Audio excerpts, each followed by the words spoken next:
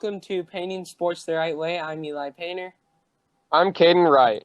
And today we will be discussing everything, the MLB, the NBA, college football, and the NFL. So let's start with the MLB, where something pretty crazy has just happened. The Toronto Blue Jays, Toronto's in Canada, which is important to understand for this, have been denied permission to play in Canada. So the Blue Jays cannot play regular season games at their home stadium. Yeah, they can't play in their own stadium. It's crazy. Sorry, go ahead. Oh, no, yeah, go ahead. Did you have something to say? Sorry. No, I was just saying it's like, this is your home turf, and the government is saying you can't play on it. It's like, well, this is kind of our home stadium. Yeah, it's pretty crazy. So they can do, like, preseason stuff, but they can't do, like, they can do their training, but they can't do their regular season games because of the repeatedly cross-border travel. Like, they go into the U.S., like, too much. And so do the opposing teams. Yeah. I mean, the thing is, the United States has just been so bad at managing COVID up to this point that Canada doesn't want to have, like, U.S. people who are more likely to have COVID come into Canada and start creating a big problem when they're just about finished with it. I think that's what's going on. Yeah, exactly. Canada's numbers are, like, completely flattened at this point. Like, there's no spikes or anything. Right. Yeah, I mean, and it's different than, like, the NHL and stuff and the NBA and stuff with Canadian teams because they're doing the games and bubbles and hubs and stuff, you know? Right. Yeah. So, like, but the MLB wants to do stuff at, like, home stadiums. So it's different than, like, the bubbles. Yeah, it is. Yeah. I mean, right now, all the teams are at their own thing, and Canada, for one, is being really strict with the Blue Jays. Right now, the Blue Jays are at the hotels and the stadium, and if they leave, like, their own bubble, then they get a fine of $551,000. Whoa! Wait! $500,000 just like for leaving their stadium. $500,000. Yeah. That's insane. So if they leave their little bubble there, they're not coming back for a while. Yeah, I mean, yeah, it's pretty crazy. I mean, I guess for athletes, like, they get paid a lot more, so it's not as insane to them. But, I mean, that's one way to get people to not leave the bubble. Yeah. $500,000 will get a lot of people to stay home. Yeah, so it's 750,000 Canadian, which is 551,000 US dollars. Oh, and up to 6 months in jail. What? Yeah, that's crazy. That's for nice. Leaving a bubble? Yeah. Players are not allowed to leave the stadium or hotel, and violators face fines of up to 551,000 US dollars and up to 6 months in jail. Like, can they even, like, go out and, like, walk down the street or something? Like, can they, like, go around Canada?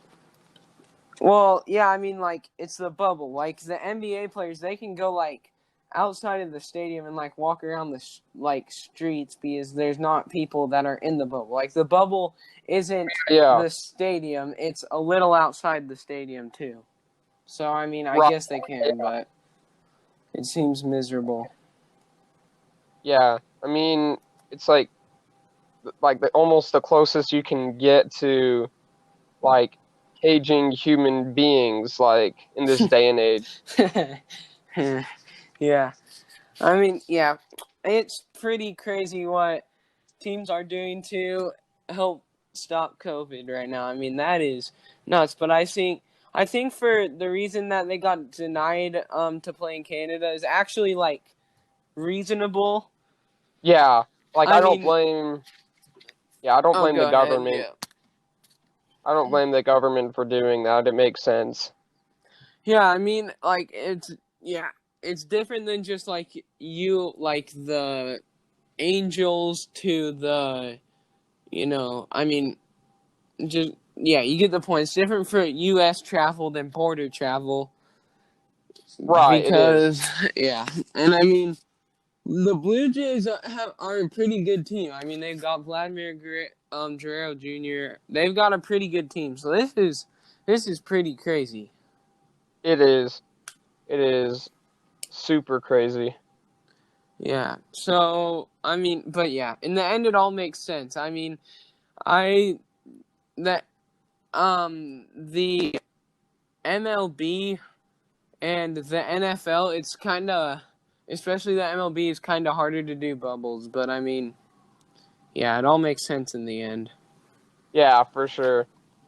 I mean, it's kind of a shame, even though, I mean, it's just a shame, I guess. Yeah. Well, we'll be right back to talk about college football and the NBA after this break. Welcome back, everyone. Now we'll get into some college football. There's been another conference that has dropped out now. The Big East is now no longer playing any teams outside of its conference. So there's the Pac-12, the Big Ten, I want to say, in the Big East. Yeah, the Big Ten.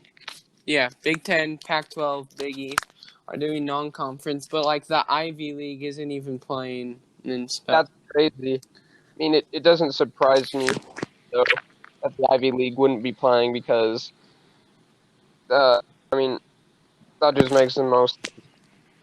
If you know what Yeah. Yeah, I think that everyone will eventually do.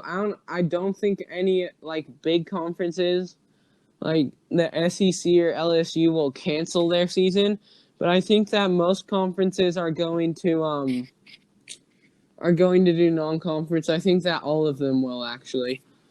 Yeah.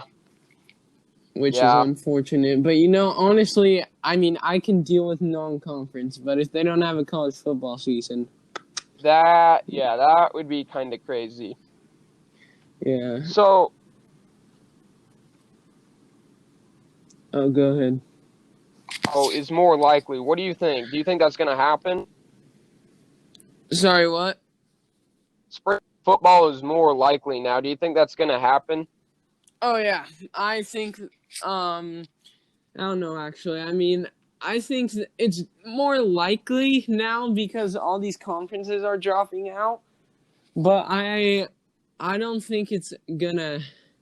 I think they're just gonna do non-conference play, or conference only play in fall. It just seems like a more reasonable approach.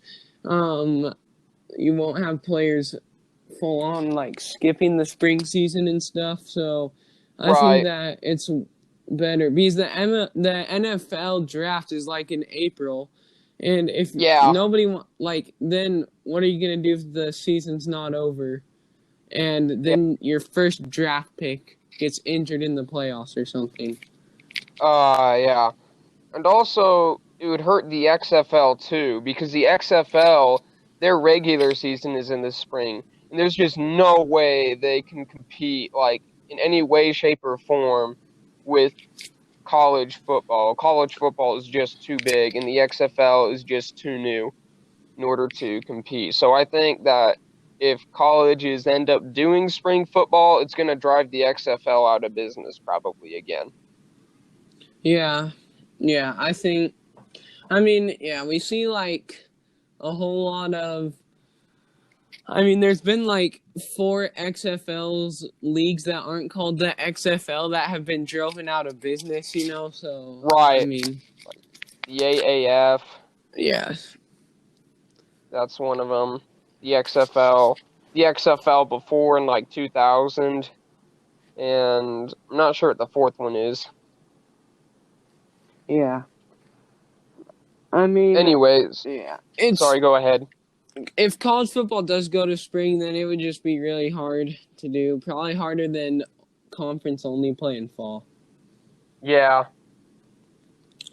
So, some coaches are not accepting pay right now. So, what's up with that? Yeah, I mean, I think it's a pretty reasonable thing for them to not accept pay. But there was I was looking at coaches that aren't accepting pay. There's some really big names up there. Oh, Yeah, I mean, Dabo Sweeney, who is the coach of the Clemson Tigers, he's wow. the highest paid coach. Um, he's the highest paid coach, and he gets $9.3 million Woo. for 2019 to 20 last year. So he got 9.3 mil, and then Nick Saban. These are just some big names. Also hasn't taken his, and his was 8.9 mil. And then Jimbo Fisher from Texas A&M is 7.5 mil, and he's not taking his. So like a lot of the Clemson, Alabama, Georgia coach, Auburn coach, I mean, a lot of That's guys just aren't taking insane. pay, which is, I mean, yeah, it's another one of those things that's like, yeah, it's just like kind of a weird thing. It is.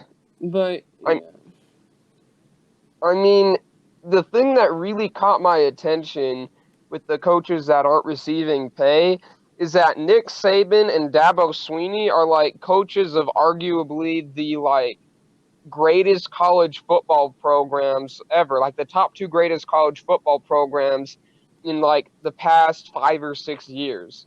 Like it's just crazy. Like these are the top guys. You can't get any higher than that in college football. yeah, for sure. I mean, it's crazy that doing it. I mean, I guess it's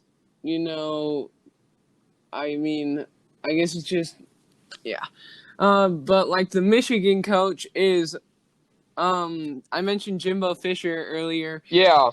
He has the same 2019 through 20 pay, and he has taken his pay cut. So I mean, it's all just come down to decision making and stuff.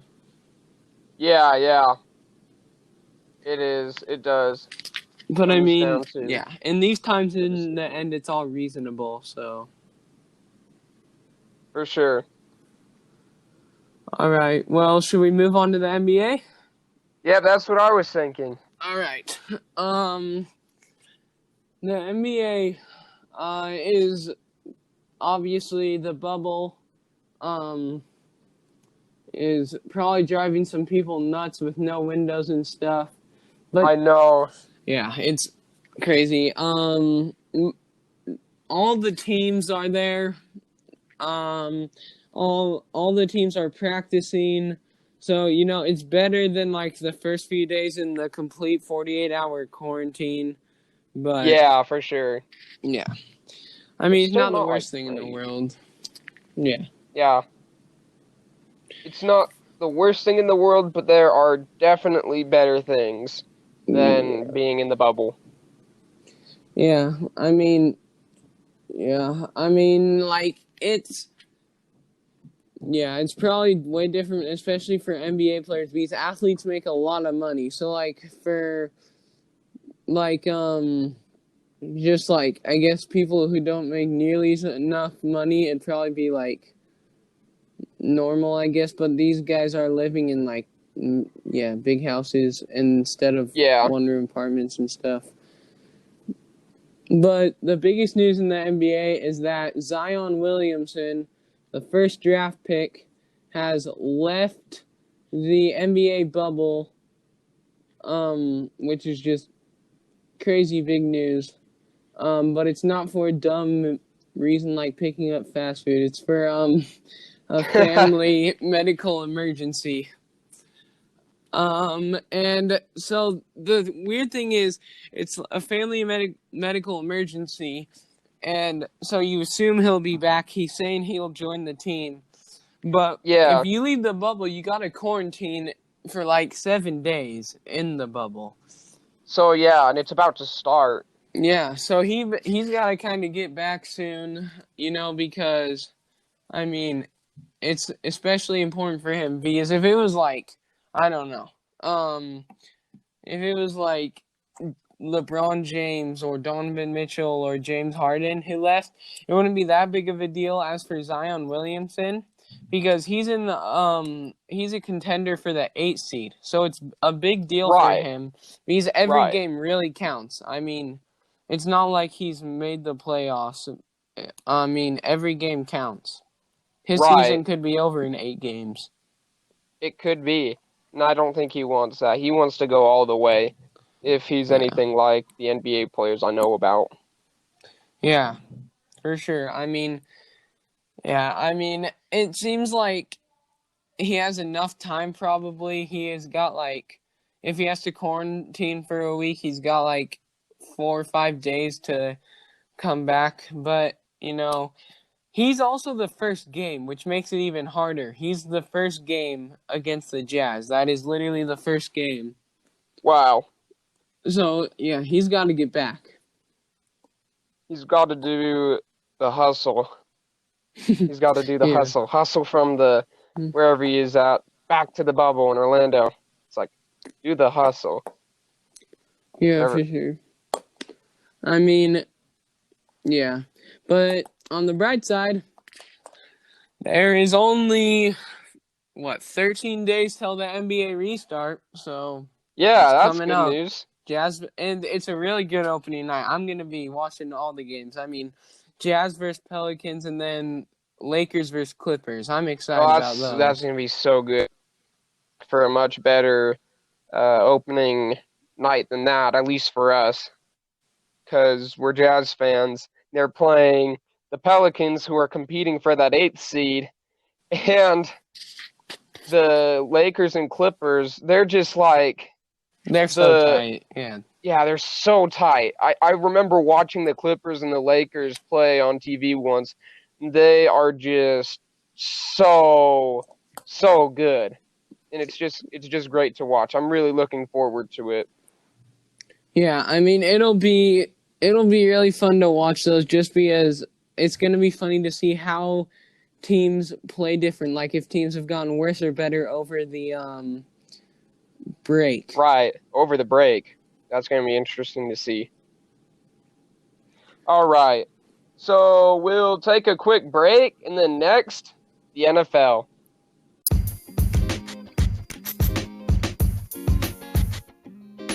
This is Eli Painter from the podcast Painting Sports the Right Way.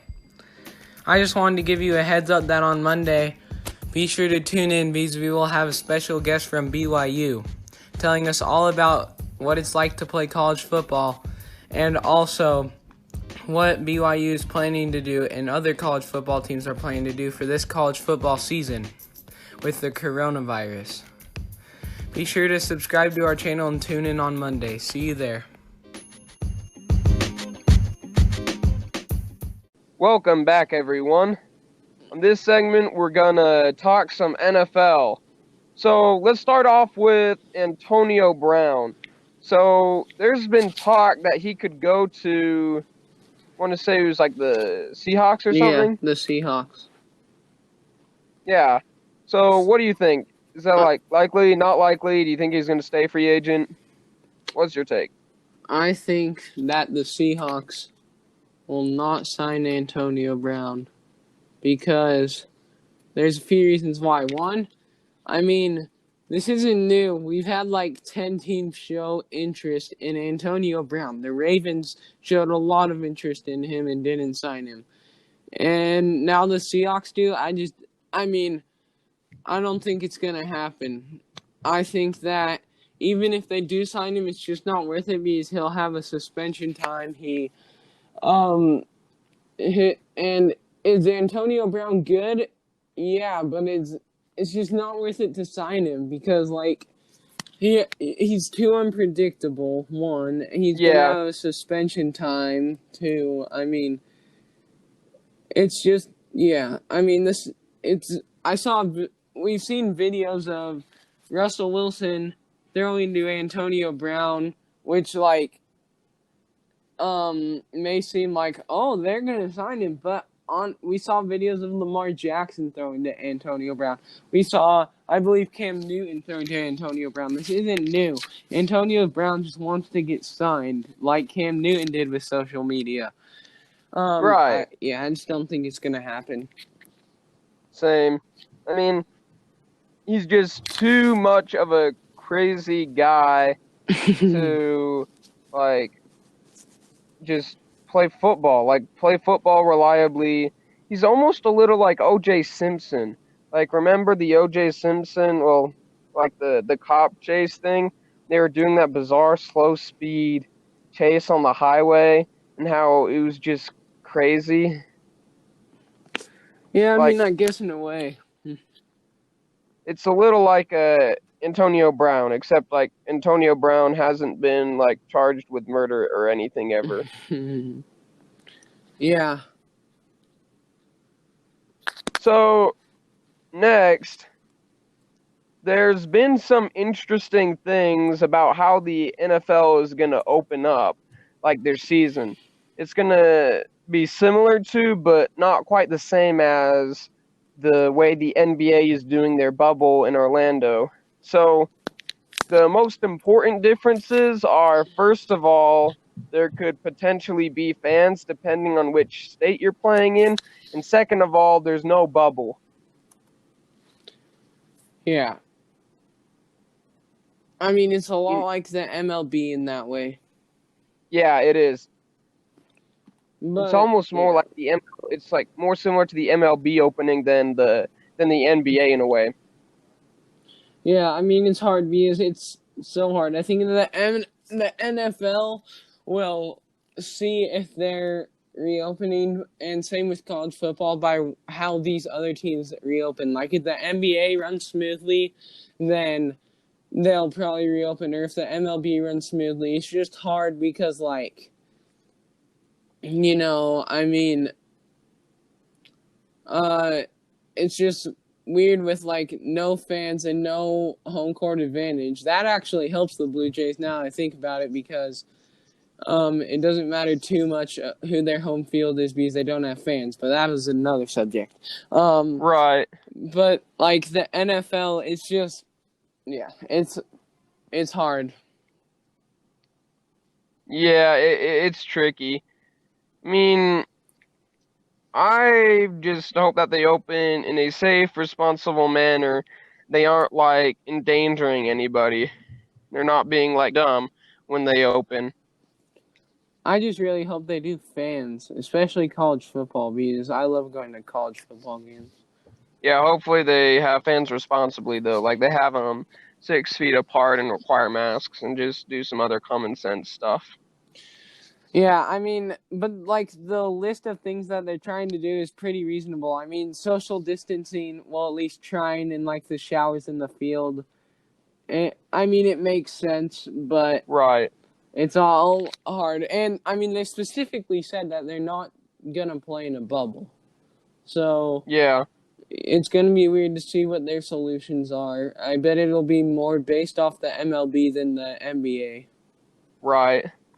There's an interesting tweet by, I want to say it was an NFL player, I'm not quite sure who, but he said, if you want to see the NFL open, wear a mask. And I think that there's some truth to that statement, because the more people wear masks, the earlier the NFL is going to be able to have fans.